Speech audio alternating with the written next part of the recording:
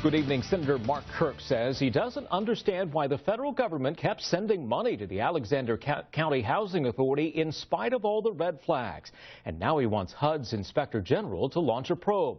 News 3's Anna Giles has been digging into the Housing Authority's audits and reports they document 7 years of sketchy financial practices. Payouts to board members, non-work-related expenses, and nepotism.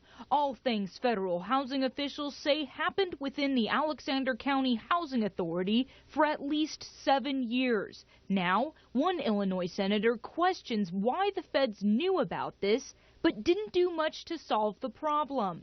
Mark Kirk sent a letter to the Inspector General of the U.S. Department of Housing and Urban Development last week, demanding an extensive audit of almost $20 million in federal tax money dispersed to Alexander County housing authorities. Kirk writes, "I am disturbed by HUD's continued flow of taxpayer dollars to the Alexander County Housing Authority despite yearly documented financial mismanagement." In 2010, federal officials reported improper payments to Housing Authority board members with minimal to no documentation. Examples: consulting work that one board member claims to have done, no proof of lawn mowing that 2 board members were paid for.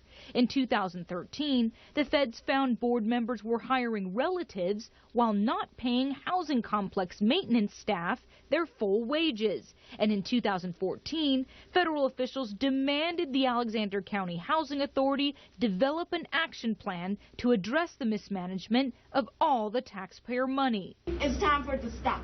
Meantime, residents suffered from poor and unsafe living conditions. Federal documents show all housing complexes in Cairo received minimal maintenance for years, a situation Senator Kirk describes as abuse. Anna Giles, News 3. Now, a spokesperson for Senator Kirk says federal HUD officials have not yet responded to his request. News 3 was unable to reach them today since it was a